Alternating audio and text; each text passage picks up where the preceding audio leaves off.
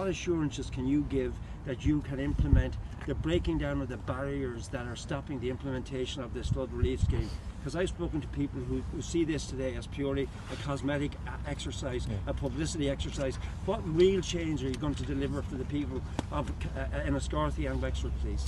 Well, I have visited many flood affected areas over the last decade or so. I've witnessed floods before the flood relief scheme was put in, and then I've gone back to the same towns after the flood relief scheme has gone in, and the impact is enormous in terms of how flood relief schemes do work and can protect people. We'll be doing everything we can to accelerate with the local authority, first of all, the submission of the application for a major flood relief scheme here, but in the interim to bring in interim measures.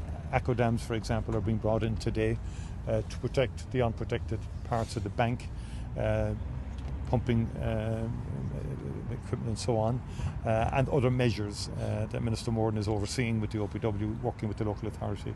And we are witnessing more severe flooding, more severe weather events, in my view, because of climate change, no question about that, and adaptation and mitigation has to be a constant priority of government the length and breadth of the country.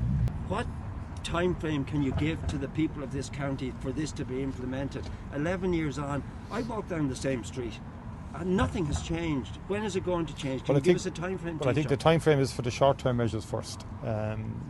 It takes, and they will happen fairly imminently in the next number of weeks, some today actually, in terms of the aqua dams and so on. But the bigger schemes do take time. It'll have to go through the planning process. People will make submissions, no doubt, in respect of that planning process, but we'll do everything we can as a government to progress it and to get it through. And the complexity speaks to Habitats Directive, for example.